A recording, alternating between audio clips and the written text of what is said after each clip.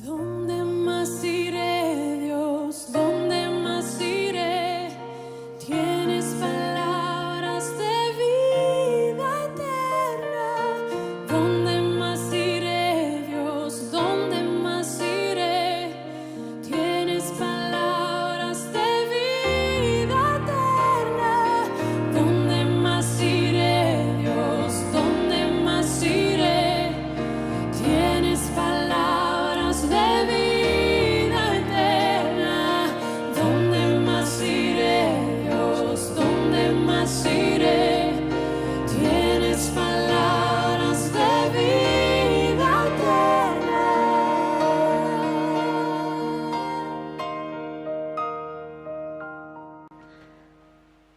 El texto hoy nos lleva a Primera de Corintios, capítulo 14, versículo 1 al versículo 19.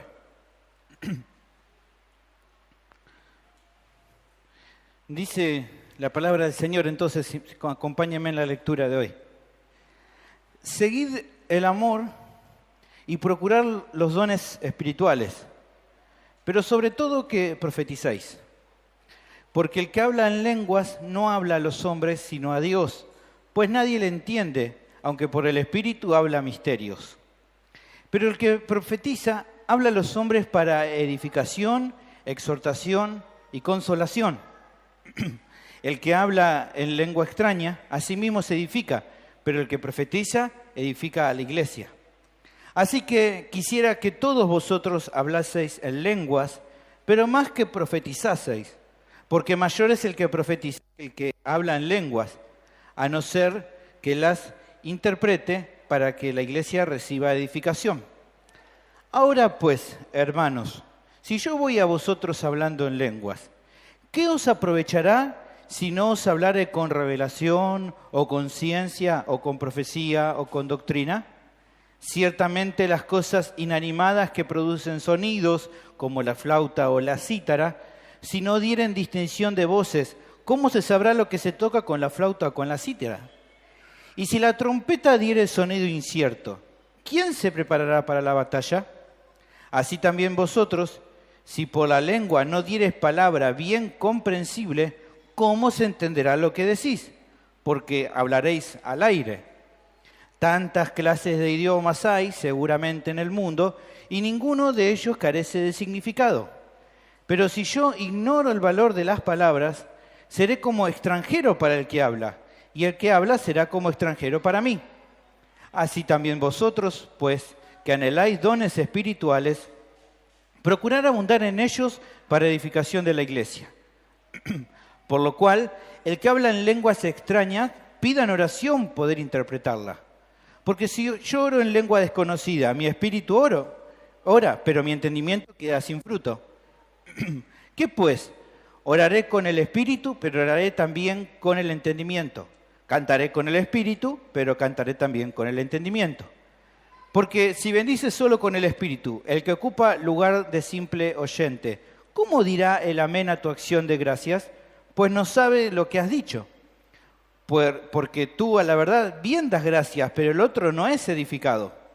Doy gracias a Dios que hablo en lengua más que todos vosotros, pero en la iglesia prefiero hablar 5 palabras con mi entendimiento para enseñar también a otros que 10.000 palabras en lengua desconocida. Este es el texto de hoy. Decidí llamar al sermón Esfuércense por edificar. Hoy es la primera parte. Y para comenzar solamente pienso, a modo de introducción, una de las cosas que a veces veo en algunas personas es cómo se fascinan hacia las cosas que le dan asombro, ¿no? O les traen sorpresa. Cuando, por ejemplo, algunos ven actos de magia, ¿no? Saben, y las personas grandes aún saben de que detrás de eso hay un truco. Pero cuando termina, ¿no? el truco, ¿qué pasa, no? La persona se queda, ¿cómo lo hizo, no? Se quedan, y se sorprenden. Saben que es un truco, pero de alguna manera te sorprende. Hay otras ocasiones cuando también vemos películas y nos asombramos, ¿no? A ver los efectos especiales, no sé, extraterrestres, dinosaurios o grandes batallas, ¿no? Y nos asombra porque parecen de verdad y no lo son, pero nos asombra, ¿no? Decir, wow, mira eso. Hace unos años atrás me acuerdo, siendo chico, mirar Jurassic Park, ¿no? ¡Ah, qué cosa, los dinosaurios! ¿No? El agüita que temblaba y todos nos quedábamos así asombrados cómo hacían eso. Claramente ahora ya los chicos no lo asombra eso, pero nos asombra.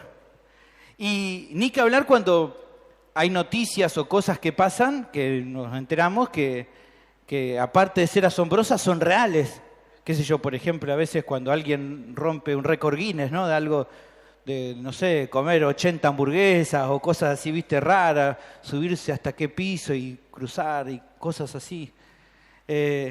O a veces cuando los eventos que ocurren en la naturaleza, ¿no? Así muy impresionantes, ¿no? Nos dejan atónitos, así sorprendidos. Y pensando en esto, encuentro en el Nuevo Testamento dos relatos de personas que se sorprendieron por algo que ocurrió. En Hechos capítulo 2, versículo 4 y el 8, y en Hechos capítulo 10, versículo 44 al 46, se nos dice que personas, creyentes o incrédulos, se quedaron atónitos ante algo que vieron. ¿Qué fue lo que causó esa reacción de sorprenderse así? Bueno, vamos a ver el texto ahí que dice. Hechos capítulo 2, versículo 4 en adelante. Dice, y fueron todos llenos del Espíritu Santo y comenzaron a hablar en otras lenguas según el Espíritu les daba que hablasen. Versículo 5, moraban entonces en Jerusalén judíos, varones piadosos de todas las naciones bajo el cielo, y hecho este estruendo, se juntó la multitud, y estaban confusos porque cada uno les oía hablar en su propia lengua. Y estaban, dice que, atónitos, maravillados, diciendo, miren, ¿no son galileos todos estos que hablan? ¿Cómo pues les oímos hablar cada uno en nuestra lengua en la que hemos nacido? ¿Están sorprendidos? Miremos otro ejemplo. Hechos capítulo 10, versículo 44. Pedro en la casa de Cornelio, predicando el Evangelio, hablándole a las personas que estaban en aquel lugar, y mientras, dice aún, Pedro hablaba estas palabras, el Espíritu Santo cayó sobre todos los que oían el discurso, y los fieles de la circuncisión que habían venido con Pedro nuevamente se quedan atónitos, sorprendidos de que también sobre los gentiles se derramase el don del Espíritu, porque los oían que hablaban en lenguas y que magnificaban a Dios. Ambos casos, personas que ven esta manifestación del Espíritu Santo y ¡wow! ¡Qué cosa! ¡Qué sorprendente! Los textos nos muestran que algunos hermanos recibieron de parte de Dios el don de lenguas, por el cual podían hablar otros idiomas que ellos no habían aprendido previamente. Era un milagro. Y nadie podía poner en tela de juicio que era impresionante, pero también que era real. No había un truco ahí. De repente, en aquel tiempo, muchos podían sentirse asombrados cuando un puñado de personas que decían ser seguidores de Jesús de Nazaret confirmaban el poder y la veracidad del mensaje, de su mensaje evangelístico, por hechos milagrosos que no tenían una explicación natural. Pero lamentablemente, aparentemente allí en Corinto, en la iglesia de Corinto, por un descuido del amor, empezaron los hermanos a darle demasiada prioridad al don de lenguas sin fijarse, sin tener el cuidado de usarlo correctamente. Y debido a eso, los dones espirituales que tenían que apuntar a edificar a los demás ya no estaban cumpliendo con su propósito. Las reuniones se habían convertido en una confusión tremenda, con un montón de hermanos hablando todos juntos en lengua, todos juntos profetizando y todos al mismo tiempo. Y era una confusión. Lo que tenía que ser una reunión de adoración al Dios de paz se había convertido en una batahola, en un lío más parecido a los cultos paganos que ellos antes celebraban cuando estaban lejos del Señor. Es acá entonces cuando el apóstol define escribir este capítulo 14 que tenemos, el cual vamos a tener algunos sermones, para corregir lo que estaba mal y darle instrucción correcta de cómo tenían que usar los dones. Y así como tristemente pienso, ocurría la situación allí en Corinto, hoy tristemente hay situaciones particulares en estas últimas décadas, en estos últimos años, de un resurgir, de un movimiento, a veces algunos le dicen carismático, que apunta a darle prioridad a lo espectacular antes que lo edificante, a lo que edifica. A muchas veces resaltar a las personas antes que a Cristo. A buscar en los dones el beneficio personal antes que el colectivo, el de los demás. En conclusión, a no usar los dones espirituales de acuerdo a la voluntad de Dios. Es por eso, hermano, que deseo que el sermón que empieza hoy y esta serie de sermones te ayude a reflexionar sobre cómo servir con tus dones para que entonces lo hagas con sabiduría, de una manera que agrade al Señor. El tema de hoy es ese, el que figura ahí en tus bosquejos. Los creyentes deben priorizar la edificación de toda la iglesia local por medio de sus dones. Vuelvo a repetir, los creyentes deben priorizar la edificación de toda la iglesia local por medio de sus dones espirituales. ¿Cómo lo pueden hacer? Bueno, nuestra porción de hoy, que vemos versículo 1 al versículo 19, da 4 verdades que ayudan a lograrlo, que ayudan a lograr la edificación. Como te dije hace un ratito, por razones de tiempo vamos a ver las 2 primeras y quedará para el próximo domingo las otras 2. La primera de las verdades que tenemos se encuentra del versículo 1 al versículo 5. Los creyentes edifican a la iglesia cuando usan los dones discursivos, o sea, los dones del habla, de una forma entendible. Vamos a repetir, sígame en la lectura, versículo 1 al versículo 5. Dice, seguid el amor y procurad los dones espirituales, pero sobre todo que profeticéis, porque el que habla en lenguas no habla a los hombres, sino a Dios, pues nadie le entiende, aunque por el Espíritu habla misterios.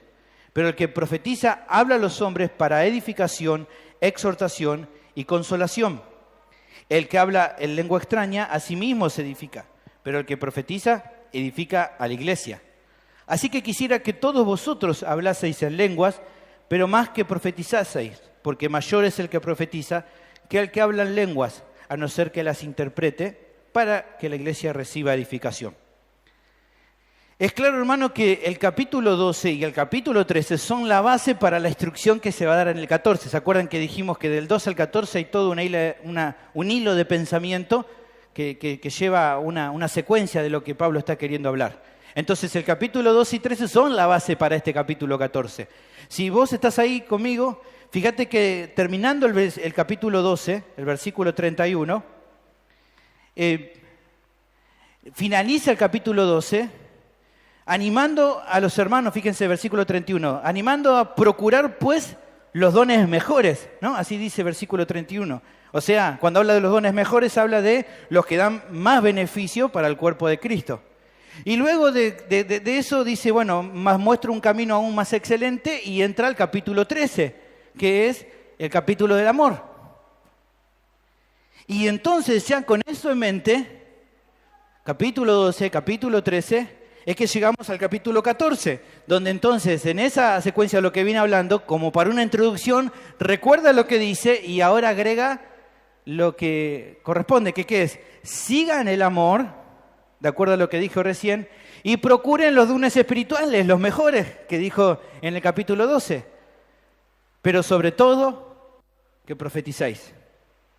Lo que está pidiendo básicamente aquí es que una manera de andar en amor es priorizar los dones discursivos, como la profecía, los dones discursivos, le vuelvo a repetir, los del habla, priorizar esos antes que el don de lenguas. Eso es lo que está aquí diciendo. Una forma de mostrar amor es que prioricen los dones de profecía que los dones de lenguas. ¿Por qué le pone esta preponderancia? ¿Por qué te imaginas que se lo pone? Sería bueno que tomamos un minuto, ver y revisar el motivo, pero antes de ver el motivo, poder pensar justamente cómo funcionan, cómo son los dones, estos 2 dones espirituales, el de profecía y el de lengua. y poder revisar junto la naturaleza de ellos para entonces poder entender mejor qué es lo que está queriendo decir aquí. El don de hablar en lenguas, hermanos, es un don espiritual por el cual el que lo utiliza puede hablar, de ahí que habla en el griego la palabra laleo, de hablar, en otra lengua del mundo, de ahí que cuando utiliza en griego la palabra glosa, que es lengua, lenguaje, que justamente esa persona no estudió previamente. ¿Está bien? Ese es el don de lengua. Alguien que puede hablar un lenguaje que él no conocía y no había estudiado previamente. O sea, no es un balbuceo, no es ese tipo de cosa, no es una repetición sin sentido. Podemos notar, hermanos, ¿se acuerdan que leímos recién capítulo 2? Que los que no vivían en Jerusalén, que fueron a Jerusalén por el Pentecostés, cuando ellos escuchan a los hermanos hablar en lengua, ellos entienden lo que los hermanos estaban hablando. Fíjense, escuchan que ellos están hablando en su lengua nativa, capítulo 2, versículo 8. Fíjense los que escucharon a los hermanos hablando en lengua, dicen, ¿cómo pues les oímos nosotros hablar cada uno en nuestra lengua en la que hemos nacido? Son galileos, no pueden conocer eso. Partos, medos, elamitas y los que habitamos en Mesopotamia, en Judea, en Capadocia, en el Ponto y en Asia, en Frigia y Panfilia, en Egipto y en las regiones de África, más allá de Cirene, y romanos aquí residentes, tanto judíos como prosélitos, cretenses y árabes, les oímos hablar a estos 120 en lenguas, en nuestras lenguas nativas, de donde venimos, las maravillas de Dios. Ellos escuchaban y entendían. No era una repetición sin sentido, no era un balbuceo, era un lenguaje. Y tal vez la pregunta que se te hace es, ¿qué es entonces lo que hoy se escucha muchas veces en congregaciones donde se usan repeticiones como medios que no tienen ningún sentido o ningún sentido aparente o que es como un balbuceo que no tiene ningún tipo de estructura, la estructura lógica que tiene cualquier idioma? Bueno, realmente no sabría decirte qué es lo que es eso. Pero sí puedo decir, por medio de lo que vemos acá en la Escritura, que difícilmente eso sean dones espirituales de hablar en lengua. Difícilmente puedan ser, porque vemos cómo será la naturaleza del don de lengua. Seamos cuidadosos, hermanos, y pidamos sabiduría al Señor con respecto a este tema. Por otro lado, el don de profecía es el don espiritual por el cual los creyentes pueden traer al conocimiento de los demás lo que Dios piensa o quiere de ellos por medio de impresiones que surgen en tu mente. Eso es básicamente el don de profecía. Yo creo que todos muchas veces nos pasa que hay gente que relaciona a la profecía como un don que tiene que ver con predecir algo del futuro. Pero eso es un error porque no es la base del don el predecir el futuro, sino simplemente uno de sus resultados, uno de los propósitos que tiene, pero no es la base del don. Esa característica es solo uno de los propósitos. De hecho, podemos ver un montón de textos bíblicos donde vamos a encontrar de que el que está utilizando el don de profecía no está adelantando cosas del futuro, sino simplemente revelando algo que Dios quería mostrarle al pueblo en ese momento. Puse 2 ejemplos como para que vean que ahí no están hablando sobre no están prediciendo se dice, ¿no? No están prediciendo algo del futuro. Fíjate, Malaquías capítulo 1, versículo 6. El hijo honra al padre y el siervo al su señor. Si pues soy yo padre, ¿dónde está mi honra? Y si soy yo señor, ¿dónde está mi temor? Dice Jehová de los ejércitos a vosotros, oh sacerdotes, que menospreciáis mi nombre y decís, ¿en qué hemos menospreciado tu nombre? La palabra de Dios aquí está diciendo lo que había en la mente de estas personas y lo está revelando. Ustedes dicen, ¿qué menosprecian? Bueno, en que habéis ofrecido sobre mi altar pan inmundo. Y dijeron ustedes, dice el profeta, ¿en qué te hemos deshonrado? En que pensáis que la mesa de Jehová es despreciable. Y cuando ofrecéis el animal ciego para el sacrificio, ¿no es malo? Asimismo, cuando ofrecéis el cojo o el enfermo, ¿no es malo? Preséntalo pues a tu príncipe. ¿Acaso se agradará de ti o le serás acepto? Dice Jehová de los ejércitos. Ahora pues Orad por el favor de Dios para que tenga piedad de nosotros. Pero ¿cómo podéis agradarle si hacéis estas cosas? ¿Qué tiempo es ese? Tiempo presente, algo que estaba pasando ahí. Dice Jehová de los ejércitos, ¿ven? No hay ninguna presentación de algo que va a pasar en el futuro. Él está revelando a las personas lo que a Dios quería decirle, lo que estaba en la mente de Dios. Otro ejemplo, Isaías capítulo 1, versículo 10 al 13, dice: príncipe de Sodoma, oíd la palabra de Jehová. Escuchad la ley de nuestro Dios, pueblo de Gomorra. Esto aquí está usando ironía hacia los líderes de Israel. ¿Para qué me sirve, dice Jehová, la multitud de vuestros sacrificios? Hastiado estoy de holocausto de carneros y de cebo de animales gordos. No quiero sangre de bueyes, ni de ovejas, ni de machos cabríos. ¿Quién demanda esto de vuestras manos cuando venís a presentaros delante de mí para hollar mis atrios? No me traigáis más vana ofrenda. El incienso me es abominación. Luna nueva y día de reposo. El convocar asambleas no lo puedo sufrir. Son iniquidad vuestras fiestas solemnes. Nuevamente, era una actitud que estaba pasando ¿dónde? En el presente. Y Dios usa un hombre aquí como Isaías para mostrarle lo que estaba haciendo, que Dios no le agradaba lo que estaban haciendo. No hay ningún aquí momento en el cual está hablando sobre un acto futuro. Por lo cual, la mención de un acto futuro es a veces un propósito, pero no es la base del don de profecía. También, hermanos, creo que esto también es importante, es diferenciar el ministerio profético del Antiguo Testamento y el ministerio de los apóstoles en el Nuevo Testamento, los cuales recibían un mensaje directo de Dios y que cesaron estos ministerios cuando la Biblia se completó. Y miremos algunos ejemplos. Fíjense, Isaías capítulo 6, versículo 9. Dios habla con Isaías y le dice: anda y di a este pueblo, oíd bien y no entendáis, ved por cierto, mas no comprendáis. ¿Ven? Dios le dice: andá y deciles esto. Directamente Dios hablando con Isaías. Fíjate ahora los apóstoles, un texto que ya leímos hace poquito, el apóstol Pablo en 1 Corintios 11, 23. Porque yo recibí del Señor lo que también os he enseñado. El Señor me dijo esto no lo que pasó en esa última noche de la cena que compartió con los discípulos, no se lo habían contado los discípulos. Aquí nos está diciendo Pablo que el Señor mismo le reveló a Pablo lo que había pasado esa noche. Y eso fue lo que Él les enseñó. O sea que si nos ponemos a ver estos dos casos, te das cuenta que cuando el profeta o el apóstol hablaba, este tipo de servicio, lo que ellos decían, no obedecerlo equivalía a no obedecer a Dios directamente. No había vuelta, porque era lo que decía la voz de Dios directamente. Si yo pensara de que todavía habría un ministerio como el de estos hombres, tendría que dejar mi Biblia con algunas hojitas blancas al final para seguir agregando cosas. Pero con la Biblia se cierra este ministerio porque ya nadie recibe una voz directa de Dios, como le pasaban a estos hombres.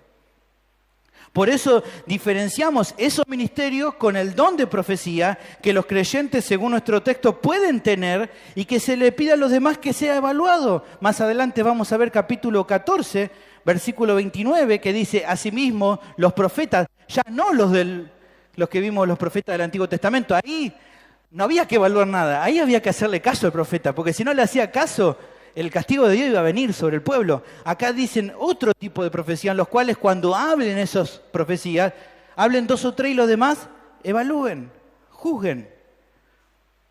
Escuchen el mensaje que le dan a estas personas, estos creyentes, y evalúen. ¿Y cómo podían ser evaluados? ¿Cómo podían juzgarlo correctamente? Bueno, comparando lo que decían con lo que tenemos a la palabra profética más segura que tenemos hoy, que es la Biblia. De esa manera tiene que ser comparada. Segunda de Pedro 1:19 habla de la palabra de la Biblia como la palabra profética más segura. Es sobre eso que tenemos que evaluar y decir está bien o no está bien lo que está diciendo. Entonces, para concluir sobre esta idea de entender el don de profecía, cuando alguien expone un pensamiento de acuerdo a las Escrituras, ya sea sermón, enseñanza, un consejo en un discipulado, etcétera, en un sentido podemos decir que está profetizando, ya que le da a los demás entendimiento de lo que está en la mente de Dios. Cuando en tu mente hay una impresión sobre algo que querés decirle a otro y eso está de acuerdo con lo que la Biblia dice, en un sentido como que estuvieras profetizando, porque le estás dando a la otra persona lo que Dios quiere o piensa o lo que Dios está pidiéndole. Ahora, teniendo en cuenta la idea del don de lenguas y teniendo en cuenta el don de profecía, teniendo este concepto presente, ahora podemos ver la explicación que el texto nos da. ¿Por qué darle más preponderancia al don de profecía que al don de lenguas? Dice en nuestro texto, porque el que habla en lenguas no habla a los hombres, sino a Dios, pues nadie le entiende, aunque por el Espíritu habla misterios. Pero el que profetiza habla a los hombres para edificación, exhortación y consolación. ¿Por qué entonces es preponderante? Bueno, básicamente porque con el don de lenguas el creyente solo se comunica con Dios. Fíjate, no habla a los hombres, habla con Dios. ¿Por qué? Porque los demás no lo pueden entender. Por eso se dice aquí que habla misterios, porque son cosas misteriosas para los demás creyentes, porque ellos no lo pueden entender, no entienden lo que está diciendo. En cambio, el don de profecía sí sirve para comunicarse con las personas, dando entonces un mensaje de parte de Dios que pueda servir, como dice nuestro texto, para edificar, para exhortar, para consolar y para muchas otras acciones que nuestro texto no menciona, pero que conocemos que hay otras cosas que puede llegar a hacer. El don de profecía entonces tiene prominencia porque interpreta con claridad la mente de Dios para su pueblo. Por eso es prominente. Es por ese motivo que a continuación se nos muestra el resultado que ambos dones producen. ¿Cuáles son los resultados? El que habla en lengua extraña, a sí mismo se edifica, pero el que profetiza, edifica a la iglesia. Están los resultados. Claramente, la obra espiritual que uno produce en comparación del otro es mucho mayor, ya que la profecía, al ser entendible, da conocimiento a los hermanos que son expuestos a ella y por lo tanto, ¿qué hace? Edifica a la iglesia. El don de lengua sin interpretar no puede lograr ese resultado. Por eso hay una clara diferencia. A partir de eso, entonces, que el texto concluye dando la primera de las verdades que van a ayudar a los creyentes a poder edificar a los demás por medio de sus dones. Aquí tenemos como sigue el versículo. Así que quisiera que todos vosotros hablaseis en lengua, pero más que profetizaseis.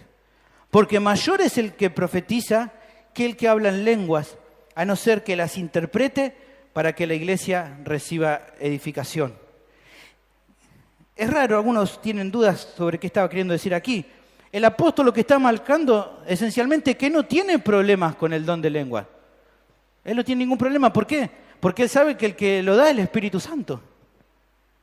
Así que él no tiene problema con, le está diciendo a los corintios, no tengo problema que todos ustedes tengan el don de lengua, pero sí los anima a desarrollar y utilizar principalmente el de profecía o el de lenguas, pero que alguien lo interprete.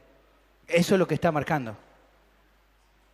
No se equivoquen en querer darle tanto énfasis al don de lenguas porque no edifica. En todo caso, enfóquense en priorizar un mensaje que sea entendible. Esta es la verdad que tiene este primer principio. Cuando los dones espirituales son utilizados de una manera que dan entendimiento al resto de los miembros, es cuando la iglesia es edificada en su conjunto.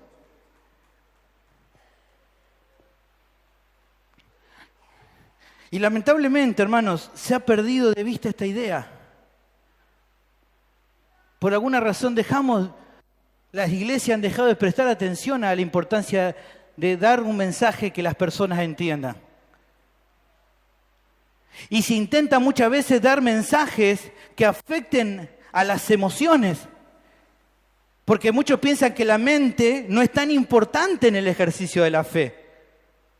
Y por eso buscan afectar las emociones y los sentimientos, porque quieren que de esa manera, al ver que la persona no se quebranta, se pone triste, se larga a llorar por algo, Eso es como una señal de que la persona cambia, ¿no? No, si no hiciste llorar a la iglesia con lo que contaste, no fue bendición. Si no se quebrantaron, si no se pusieron a llorar, si no hicieron pasar a todo al frente y que todos lloraron y empezar a tirar gente así, no, entonces no fue de bendición. Nada que ver, hermano. Nada que ver. Porque esto no es lo que la Biblia enseña. La palabra nos muestra que la edificación verdadera de los creyentes es cuando actúan en fe a partir de lo que comprenden en su mente. Por eso recalcamos cada vez que hablamos del Evangelio, es importante que puedas comprender el mensaje para que entonces puedas creer en ese mensaje. Y eso es lo que va a traer fruto de una vida transformada por el obrar del Espíritu. El etíope necesitaba que alguien le explicara Isaías 53 y entonces cuando entendió, creyó que Jesús era el Mesías. Fíjense, Hechos capítulo 8, versículo 26. Un ángel del Señor habló a Felipe diciendo, levántate y ve hacia el sur por el camino que desciende de Jerusalén a Gaza, el cual es desierto. Entonces él se levantó y fue. Y sucedió que un etíope, eunuco, funcionario de Candace, reina de los etíopes, el cual estaba sobre todos sus tesoros y había venido a Jerusalén para adorar, volvía sentado en su carro y leyendo el profeta Isaías. Y el Espíritu dijo a Felipe, acércate y júntate a este carro. Acudiendo Felipe, le oyó que leía al profeta Isaías. ¿Y qué le dijo? ¿Te quebrantaste, lloraste por lo que leíste? No, ¿qué le está diciendo? ¿Entendiste lo que está leyendo? ¿Y qué le responde? ¿Qué le responde el etíope? ¿Y cómo voy a poder si alguien no me lo enseña? Si alguien no me lo explica. Y entonces rogó a Felipe que subiese y se sentase a él. Vamos al versículo 35, para hacerlo más corto. Entonces Felipe, abriendo su boca y comenzando desde esta escritura, Isaías 53 que estaba leyendo, le anunció el evangelio de Jesús. Y yendo por el camino, llegaron a cierta agua y dijo el eunuco, aquí hay agua, ¿qué impide que yo sea bautizado? Felipe dijo, si crees de todo corazón, bien puedes. Y respondiendo dijo, creo que Jesucristo es el Hijo de Dios. Tuvo que entender el mensaje y cuando pudo comprender, pudo creerlo. El Espíritu Santo obró en eso. No podés, hermano, separar a la mente de la fe. No son enemigos. Sino que para poder creer correctamente necesitas ir entendiendo correctamente. En cambio, hermanos, los que confían principalmente en sus emociones, en un sentido se están parando, por así decirlo, en arenas movedizas. Porque cuando su corazón les engaña, ellos lamentablemente se hunden. Y es importante, hermano, entonces reflexionar esta verdad y quiero justamente que pienses en esto. ¿Estás procurando, hermano, expresar las verdades de Dios de una manera sencilla y comprensible para los demás? ¿Te estás esforzando en eso? A veces algunas personas cometen el error de pensar que cuando suenan muy técnicos es cuando son mejores, ¿no? Nada que ver, hermanos. Los mejores expositores, los mejores que enseñan la palabra de toda la historia siempre fueron los que con sencillez explicaron las cosas, con claridad,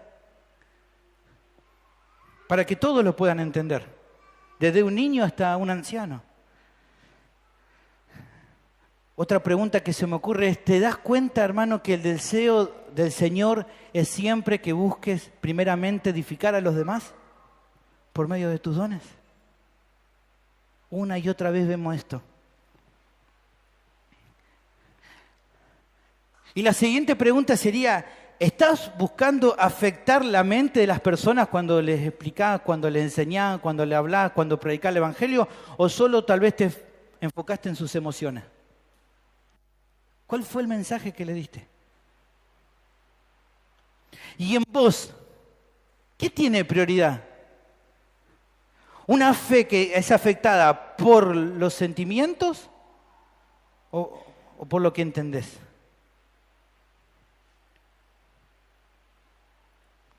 El gran peligro, hermano, de que tu fe se sostenga en lo que sentís es que cuando no sentís nada, ¿cómo haces para creer?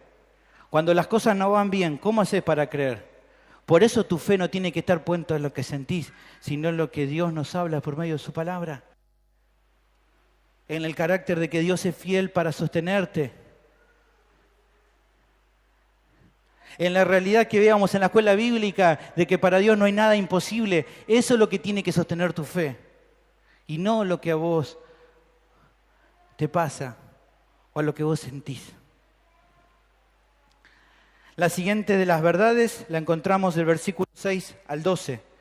Los creyentes edifican a la iglesia cuando evitan usar los dones discursivos de una forma que confunda. Versículo 6 al 12 dice: ahora pues, hermanos, si yo voy a vosotros hablando en lengua, ¿qué os aprovechará si no os hablare con revelación o con ciencia o con profecía o con doctrina? Ciertamente las cosas inanimadas que producen sonidos, como la flauta o la cítara, si no dieren distinción de voces, ¿cómo se sabrá lo que se toca con la flauta o con la cítara? Y si la trompeta diere sonido incierto, ¿quién se preparará para la batalla?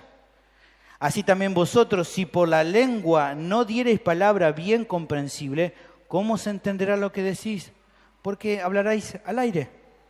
Tantas clases de idiomas hay seguramente en el mundo, y ninguno de ellos carece de significado. Pero si yo ignoro el valor de las palabras, seré como extranjero para el que habla, y el que habla será como extranjero para mí. Así también vosotros, pues que anheláis dones espirituales, procurad abundar en ellos para edificación de la iglesia. La siguiente verdad que estamos viendo ahora es muy relacionada con la anterior. Ahora pues, hermanos, si yo voy a vosotros hablando en lenguas, ¿qué aprovechará si no os hablare con revelación o con ciencia o con profecía o con doctrina? El texto nos da una pregunta retórica que obviamente tiene una sola respuesta. No hay ningún provecho, hermano. ¿Qué os aprovechará si no fuera de esa manera? Ninguno. No hay ningún provecho para los miembros de la iglesia si se usa un don del habla sin que se entienda correctamente. Por ejemplo, el don de lenguas sin interpretarlo. Por el contrario, solo va a provocar confusión, y esa es la segunda verdad de hoy. Y para comprobar esta verdad se utilizan dos analogías que ayudan a observarla mejor. Ciertamente, las cosas inanimadas que producen sonidos, como la flauta o la cítara, si no dieren distinción de voces, ¿cómo se sabrá lo que se toca con la flauta o con la cítara? Si la trompeta diere sonido incierto, ¿quién se preparará para la batalla? Así también vosotros, si por la lengua no dieres palabra bien comprensible, ¿cómo se entenderá lo que decís? Porque hablaréis al aire. La primera de las dos analogías nos habla de dos instrumentos musicales, como la flauta y la cítara, que era como un instrumento de cuerda. Ambos instrumentos, para que den una melodía que se pueda comprender, tienen que ejecutarse dando notas diferentes, siguiendo una melodía. Si no confunde, si no se entiende nada. Me acuerdo de un pastor hace mucho tiempo atrás, a él le gustaba cantar y tocar, ¿no?, la guitarra. No sabía nada de guitarra, pero él ahí le pasaba, ¿no? Y él pasaba a cantar y hacía una sola nota. Mi menor, lo que saben son dos deditos, ¿no? Y él tocaba y cantaba toda su canción mi menor. Y no se entendía nada de lo que estaba tocando. Claro, porque solamente hacía una sola nota. ¿Cómo podés distinguir la melodía? Tenés que hacer diferentes notas llevando una melodía para que entonces se pueda entender. Ahora, si haces cualquier cosa, si metés los dedos así en la guitarra o si la flauta... Ruido hace bochinche. De chico, ¿quién no tuvo una flauta y retaba fuerte cualquier sonido? No, tenés que hacerlo de una manera dando melodía, teniendo un sentido para que esto se pueda disfrutarse. Porque si no, confunde. De la misma forma, la segunda analogía habla de que una trompeta que no toca el llamado correcto al ejército, el ejército no va a saber si tiene que prepararse para salir a la batalla o tal vez para hacer retirada, imagínense. ¿No? En el fragor de la batalla, la trompeta hace cualquier ruido y los soldados dicen, ¿qué hacemos? ¿Nos vamos o nos quedamos? Si no se entiende lo que está tocando, se van a confundir. Solo va a traer confusión. Usando entonces ambas analogías, la de los instrumentos y la de la trompeta, se puede observar entonces que un don del habla que no se ha dado de una forma comprensible, que se entienda, trae confusión a la iglesia y no edifica a nadie. Hablar así, define el texto, es como hablar al aire. Y como un argumento adicional a estas dos analogías, se expresa lo importante que es que las personas que nos escuchan puedan comprender lo que estamos diciendo. Fíjense cómo sigue el texto. Tantas clases de idiomas hay seguramente en el mundo y ninguno de ellos carece de significado. Pero si yo ignoro el valor de las palabras, seré como un extranjero para el que habla y el que habla será como un extranjero para mí. Cada idioma en el mundo tiene en su contenido un significado que los que han estudiado ese idioma lo conocen. Desde chiquitos, hermanos, nuestras familias nos van enseñando las palabras y qué significan. ¿No? ¿Le ha pasado a usted?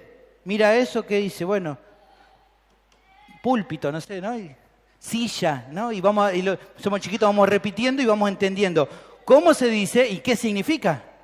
Así pasa cuando somos de chiquitos. En la repetición, nuestras familias nos van repitiendo y vamos aprendiendo. Cuando vamos al colegio, ese conocimiento básico que tenemos se va ampliando, ¿no? Y aprendemos nuevas palabras.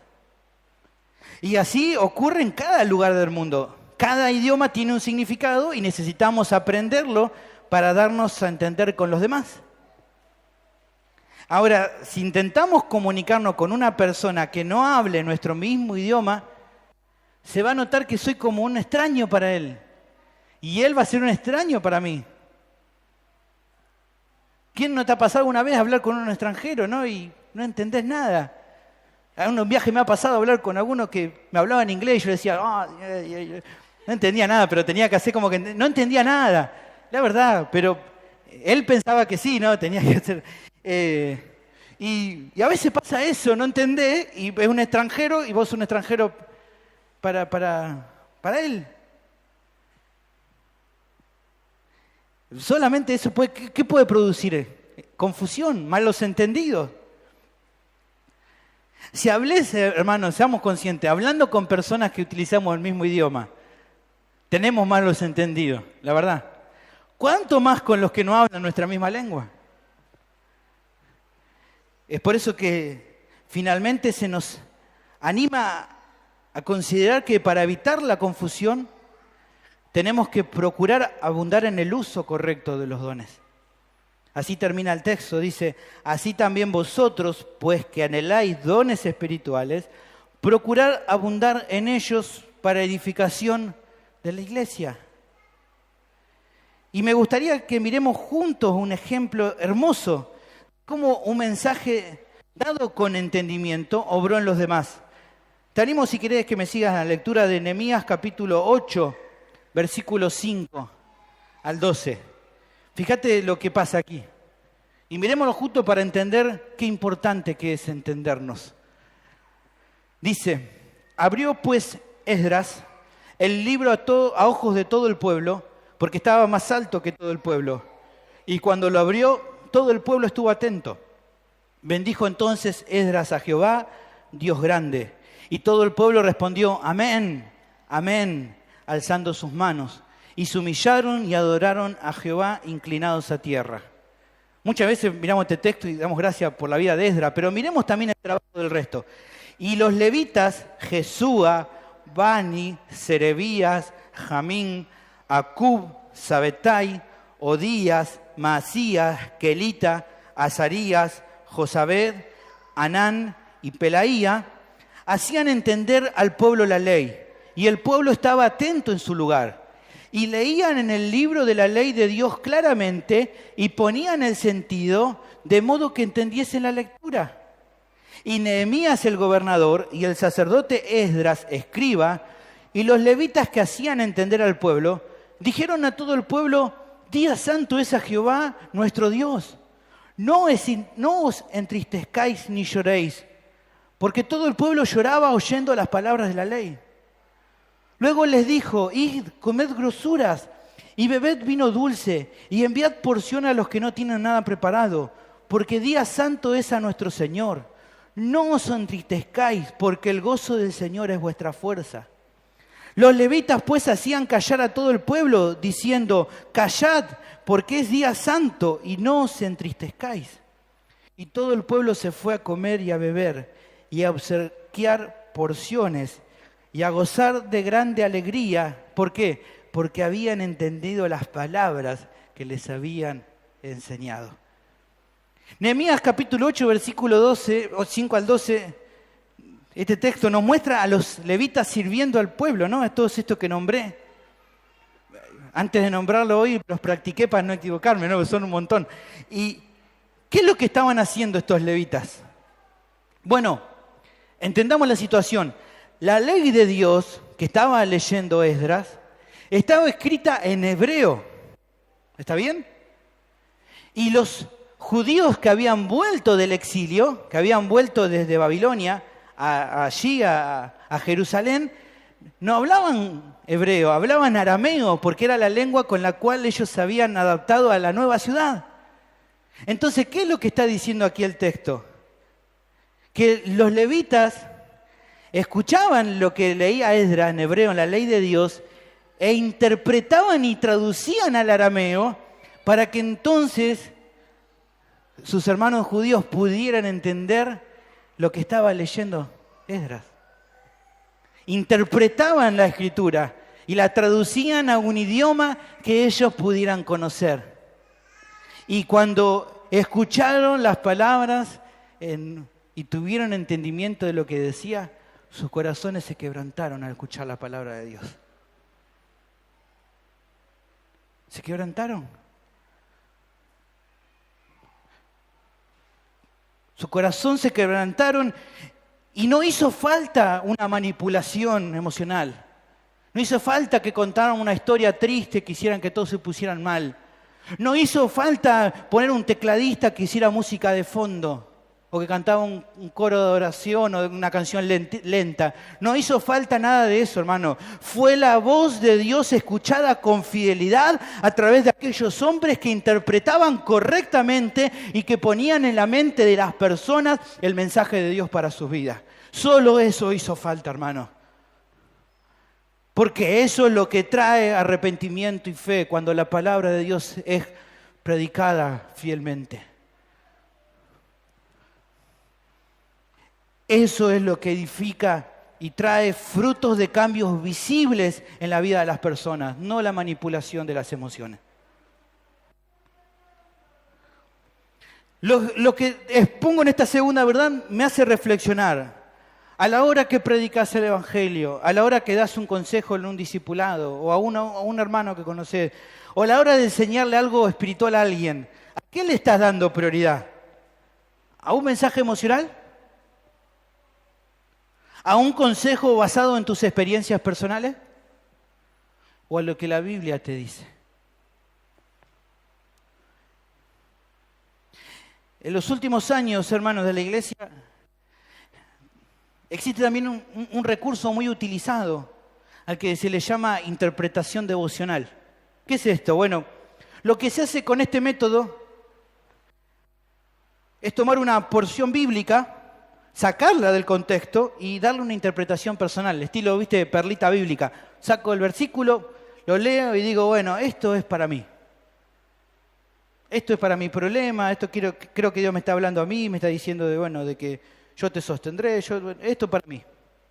Yo lo interpreto así. Los creyentes que usan este método dicen, Dios me habló con este texto.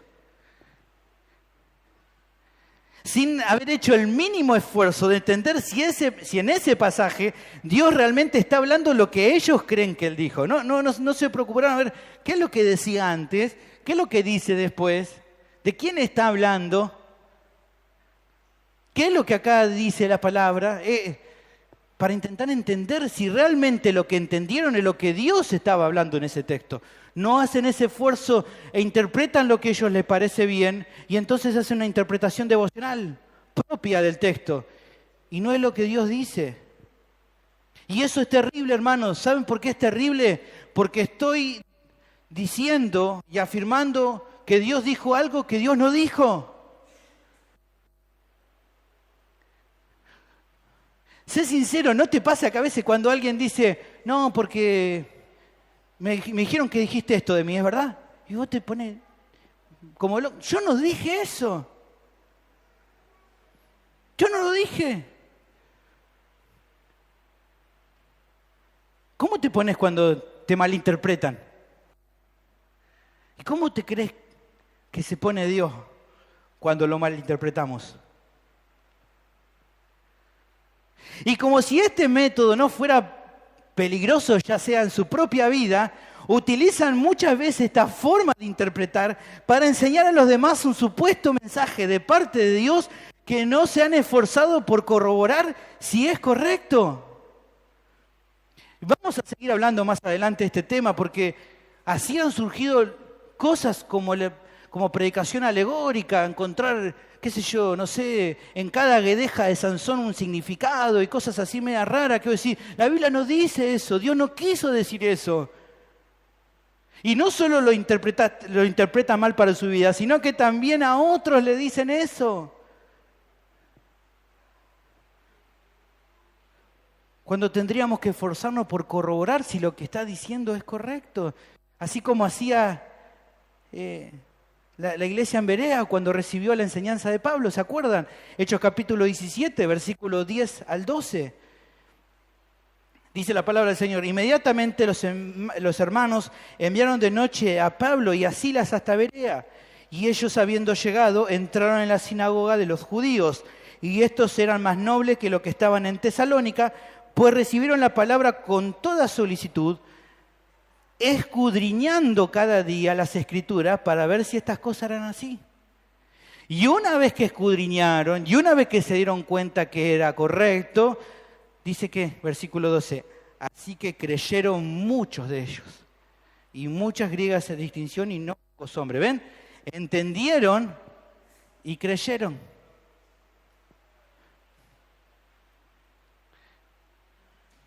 Tené cuidado, hermano querido. Tené cuidado, por favor. Estudiá la palabra con esfuerzo, hermano. Sacrificá otras cosas si hace falta para que luego de tomarte un tiempo leyendo y analizando puedas encontrar el sentido correcto de lo que leíste. A veces no queremos sacrificar otras cosas para esto.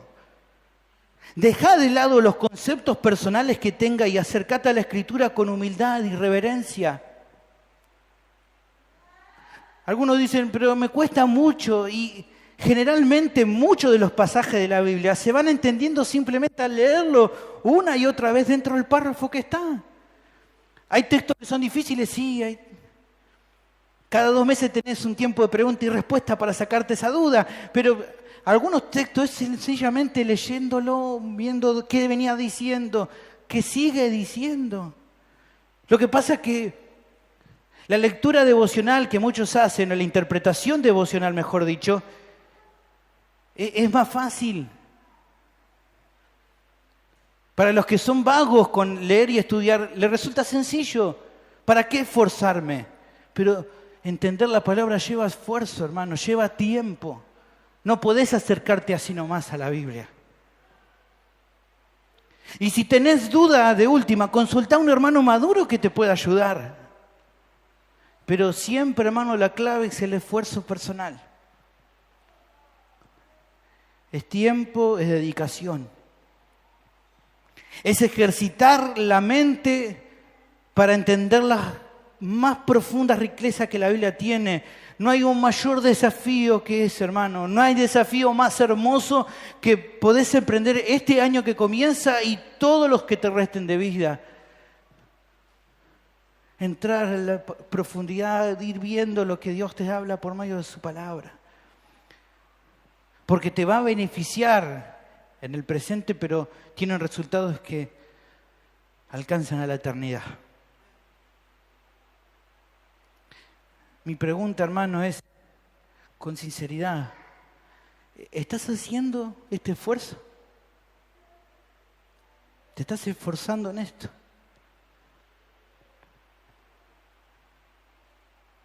Y tal vez, para concluir, sé que hay personas que hoy estén diciendo en su mente, yo leo la Biblia y no entiendo nada, no conozco al Dios de la Biblia. del que ustedes están predicando. Es probable que, como dices 2 Corintios capítulo 4, versículo 4, el pecado y Satanás te tienen cegados y no te permiten ver la luz del Evangelio. En los cuales dice 2 Corintios, el Dios de este siglo cegó el entendimiento de los incrédulos para que no les resplandezca la luz del Evangelio de la gloria de Cristo, el cual es la imagen de Dios. Pero hoy eso puede cambiar. Si venís a Cristo confiando que su sacrificio en la cruz es suficiente para pagar todos tus pecados y te arrepentís sinceramente por ellos, el poder de Dios puede librarte de tu ceguera espiritual y darte vida nueva para que por medio de su palabra puedas conocer cada día más a este Salvador del que te hablo y amarlo cada día más, así como Él te amó entregando su propia vida. Ven a Cristo. Si el pecado te cegó, hoy, aunque estés ciego espiritualmente, mirá a Jesús con fe y recibirás el perdón de tus pecados. El Evangelio de Juan capítulo 3, versículo 14 y 15 dice, y como Moisés levantó la serpiente en el desierto, así es necesario que el Hijo del Hombre sea levantado, para que todo aquel que en él cree no se pierda, mas tenga vida eterna. No lo pospongas más. Oremos.